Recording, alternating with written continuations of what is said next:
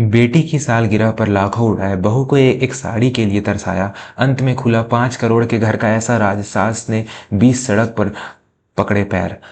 आज की कहानी मैं आपके लिए लेकर आया हूँ, वो सिर्फ एक कहानी नहीं बल्कि भारत के हर दूसरे घर में दबी हुई एक चीख है। यह कहानी है उस भेदभाव की जो एक औरत ही दूसरी औरत के साथ करती है। यह कहानी है उस दोगलेपन की जहाँ बेटी तो घर की लक्ष्मी होती है लेकिन बहू सिर्फ काम करने वाली मशीन। अगर आपकी आंखों में भी कभी अपनी पत्नी या माँ के लिए सम्मान का एक कतरा भी जागा है तो यह कहानी आपके रोंगटे खड़े कर देगी। रसोई में बर्तनों के खटकने की आवाज़ के साथ साथ एक बहुत ही भारी और थकी हुई सांस गूंज रही थी। माथे पर पसीने की बूंदें और हाथों में हल्दी के दाग लिए नेहा पिछले 4 घंटों से लगातार खड़ी थी। अभी उसने कढ़ाई में करछी चलाई ही थी कि ड्राइंग रूम से उसकी सास कमला देवी की कड़कड़ाती हुई आवाज़ कानों में चुभी। अरे ओ महारानी, अभी तक मटर पनीर की सब्जी तैयार नहीं हुई। दामाद जी आने वाले हैं और अगर खाने में जरा सी भी कमी रह गई ना तो मुझसे बुरा कोई नहीं होगा। नेहा ने अपनी साड़ी के पल्लू से चेहरा पोंछा और दौड़कर बाहर आई। माँ जी बस तड़का लगा रही हूँ, सब कुछ तैयार है, खीर भी बन गई है और पूड़ियाँ भी तल दी हैं। कमला देवी ने अपनी नाक सिकोड़ी जैसे सामने कोई गंदगी पड़ी हो। उन्होंने नेहा को ऊपर से नीचे तक देखा, वही पुरानी सूती साड़ी जिसमें 3 जगह रफू किया हुआ था। और ये क्या पहन रखा है? आज मेरी बेटी पूजा की शादी की सालगिरह है, बड़े बड़े मेहमान आने वाले हैं और तुम ये फटे हाल बनकर घर की नाक कटवाना चाहती हो? जाओ जाकर वो साड़ी पहन लो जो पिछले साल दिवाली पर पूजा ने अपनी पुरानी साड़ियों में से तुम्हें दी थी। नेहा का कलेजा जैसे किसी ने मुट्ठी में भींच लिया हो। वो साड़ी पूजा की उतारन थी लेकिन नेहा ने एक शब्द नहीं कहा, बस सिर झुकाकर जी कहा और रसोई की तरफ मुड़ गई। उसे याद आया कि कल ही उसने अपने पति अमित से कहा था कि उसे एक नई साड़ी चाहिए, लेकिन अमित ने यह कहकर टाल दिया था कि अभी हाथ तंग है। लेकिन आज आज उसी तंग हाथ वाले घर में बेटी की सालगिरह के लिए हलवाई जैसा खाना बन रहा था, घर को फूलों से सजाया जा रहा था और सुना था कि कमला देवी ने अपनी बेटी के लिए सोने की अंगूठी भी मंगवाई है। शाम होते होते घर मेहमानों से भर गया। नेहा जो घर की बहू थी आज किसी नौकरानी से भी बदतर हालत में थी। वो पानी की ट्रे लेकर मेहमानों के बीच घूम रही थी, तभी दरवाजे पर एक कार रुकी। लाल रंग की रेशमी साड़ी, गले में भारी हार और हाथों में चूड़ा खनकाती हुई पूजा यानी कमला देवी की लाडली बेटी अंदर दाखिल हुई। उसके साथ उसका पति रोहित भी था। कमला देवी दौड़ कर गई और अपनी बेटी की बलाएं ली। मेरी लाडो कितनी सुंदर लग रही है आज, नजर न लगे मेरी बच्ची को, देख तेरी पसंद का सब कुछ बनवाया है और ये ले। कमला देवी ने अपनी मखमल की थैली से एक डिब्बा निकाला और खोला। उसमें एक सोने की अंगूठी जगमगा रही थी। पूजा खुशी से चिल्लाई और अपनी माँ के गले लग गई।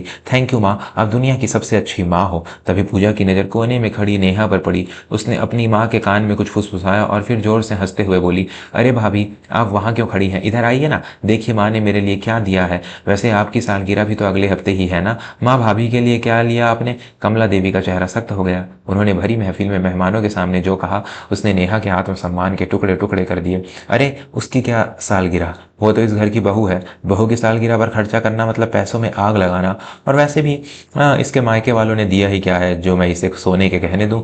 2 जोड़ी कपड़े और ये बांझ किस्मत लेकर आई है बस। वहां खड़े सभी लोग हंस पड़े। नेहा की आंखों में आंसू का डर समंदर एक समुंदर उमड़ आया, लेकिन उसने पलकें नहीं झपकाई। डर था कि अगर पलक झपकी तो आंसू गालों पर आ गिरेंगे और तमाशा बन जाएगा। रात हो गई, सब मेहमान चले गए। पूजा और उसका पति भी उपहार का ढेर लेकर चले गए। घर में फैला हुआ कचरा और झूठे बर्तन साफ करने के लिए नेहा अकेली रह गई। तभी अमित कमरे में आया। नेहा ने सोचा शायद पति को उस पर तरस आ गया, शायद वो माँ की बातों का विरोध करेगा। अमित, क्या आपने सुना माँ जी ने आज सबके सामने क्या कहा? क्या मेरी कोई इज्जत नहीं है इस घर में? अगले हफ्ते हमारी शादी के 10 साल पूरे हो रहे हैं, क्या हम एक छोटी सी पूजा भी नहीं रख सकते? अमित ने झुंझलाते हुए टाई खींची और बिस्तर पर लेट गया। उफ नेहा, तुम फिर शुरू हो गई। माँ सही तो कह रही थी, अभी पूजा की सालगिरह पर इतना खर्चा हो गया है, अब तुम्हारे लिए फालतू पैसे कहाँ से लाऊं? और तुम्हें चाहिए क्या? छत मिल रही है, खाना मिल रहा है, खुश रहो ना। नेहा सन्न रह गई। छत मिल रही है, ये शब्द उसके कानों में गूंजने लगे। अगले 4 दिन नेहा खामोश रही। वो एक जिंदा लाश की तरह घरों का काम करती रही, लेकिन उसके अंदर कुछ टूट गया था। और फिर वो 10 दिन आ गया, नेहा और अमित जी की शादी की 10वीं सालगिरह। सुबह नेहा जल्दी उठी। उसने उम्मीद की थी कि शायद कोई उसे बधाई देगा, लेकिन कमला देवी ने सुबह उठते ही हुक्म सुना दिया, सुनो आज घर की अच्छी तरह सफाई करना। पूजा ने फ़ोन किया था, उसे अपने दोस्तों के साथ पार्टी करनी है, तो उसने कहा कि वो सब शाम को यहीं आ रहे हैं, उनके लिए नाश्ता और खाना तुम्हें ही बनाना है। नेहा के सब्र का बांध आज टूट गया। उसकी आवाज़ कांप रही थी लेकिन उसमें एक अजीब सी दृढ़ता थी। माँ जी, आज हमारी सालगिरह है, मैंने सोचा था कि हम मंदिर जाएंगे और कमला देवी ने हाथ झटक दिया। मंदिर? अरे पाप धोने हैं क्या? सालगिरह अमीरों के चौचले हैं, चुपचाप काम पर लग जाओ। पूजा आ रही है, उसे कोई कमी नहीं होनी चाहिए। और खबरदार जो अपना मनहूस चेहरा बनाकर मेहमानों के सामने आई। तभी दरवाजे की घंटी बजी। नेहा ने दरवाजा खोला। सामने डाकिया खड़ा था। ये रजिस्ट्री है श्रीमती नेहा अमित शर्मा के नाम पर, क्या आप ही हैं? नेहा ने हैरान होकर लिफाफा लिया। उसने हस्ताक्षर किए और दरवाजा बंद किया। लिफाफा बहुत भारी था। अभी उसने लिफाफा खोला भी नहीं था कि कमला देवी ने झपट्टा मारकर वो लिफाफा छीन लिया। ला इधर दे। जरूर तेरे उस कंगाल बाप ने कुछ भेजा होगा, देखती हूँ क्या है इसमें। कमला देवी ने बेरहमी से लिफाफा फाड़ा। अंदर से कुछ कानूनी दस्तावेज निकले। कमला देवी पढ़ना नहीं जानती थी, लेकिन उन्हें लगा कि यह जरूर कोई वसीयत या जमीन का कागज है जो नेहा के पिता ने भेजा होगा। अमित, अरे ओह अमित, बाहर आ जरा, देख तेरी बीवी के मायके से क्या आया है। लगता है बुढ़े ने अपनी झोपड़ी इसके नाम कर दी है। अमित दातुन करते हुए बाहर आया। उसने माँ के हाथ से कागज लिए। जैसे जैसे वो कागज पढ़ता गया उसके चेहरे का रंग उड़ता गया। उसके हाथ कांपने लगे, माथे पर पसीना आ गया। कमला देवी उत्सुकता से बोली, क्या हुआ, क्या लिखा है, बता ना, कितनी जायदाद मिली है हमें। अमित की आवाज गले में अटक गई। उसने फटी हुई आंखों से नेहा की तरफ देखा जो चुपचाप कोने में खड़ी थी। माँ, ये घर? हाँ हाँ घर। क्या हमारा घर छोटा पड़ गया जो अब नया घर लेना है? बता क्या लिखा है। अमित ने थूक निगला और जो कहा उसने वहां सन्नाटा फैला दिया।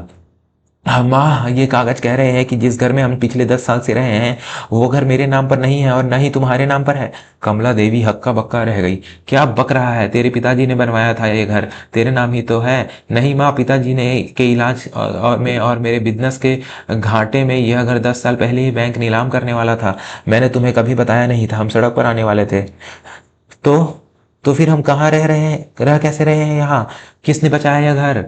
अमित ने कांपते हुए हाथ से कागज पर लिखा नाम पढ़ा। ये घर नेहा के नाम पर है। नेहा ने 10 साल पहले अपने पिता से पूरे गहने और अपनी वो जमीन जो उसने विरासत में मिली थी सब बेचकर बैंक का कर्ज चुकाया था। और पिछले 10 साल से जो मैं तुम्हें कहता था कि बिजनेस अच्छा चल रहा है वो झूठ था। घर का राशन, बिजली का बिल, सब कुछ नेहा अपनी सिलाई और ट्यूशन के पैसे से चुपचाप भर रही थी ताकि तुम्हारी इज्जत बची रहे। कमला देवी के पैरों तले से जमीन खिसक गई। वो औरत जिसे वो सुबह शाम नौकरानी, भिखारन और कंगाल कहती थी वो असल में इस घर की मालकिन थी। उसने एक बार भी, एक पल के लिए भी उन्हें यह एहसास नहीं होने दिया कि वो उसके घर में रह रही है। तभी दरवाजे पर फिर से घंटी बजी। इस बार पूजा खड़ी थी अपने दोस्तों के साथ। माँ, दरवाजा क्यों नहीं खोल रहे? हम कब से खड़े हैं और ये भाभी तैयार क्यों नहीं हुई? पार्टी की तैयारी नहीं है की क्या? कमला देवी की नजरें जमीन में गड़ी हुई थी। दोस्तों, यह वो पल है जब इंसान को अपनी औकात और अपने कर्मों का हिसाब मिलता है। हम अक्सर उन लोगों को कुचलते हैं जो चुप रहते हैं, जाने बिना कि उनकी चुप ही उनका सबसे बड़ा बड़प्पन है।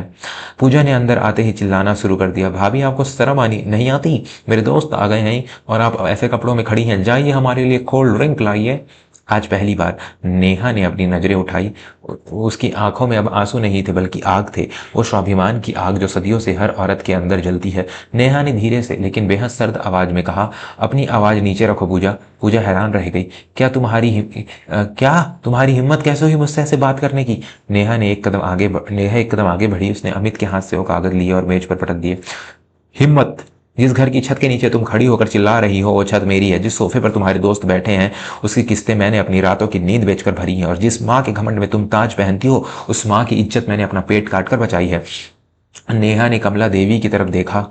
माँ जी, मैंने 10 साल तक आपकी हर कड़वी बात को अमृत समझकर पी लिया। सोचा कि कभी तो आप मुझे बेटी मानेंगी, लेकिन आज जब आपने मेरे पिता के बारे में अपशब्द कहे तो मुझे समझ आ गया आप सम्मान की भाषा नहीं समझती, आप सिर्फ शक्ति की भाषा समझती हैं।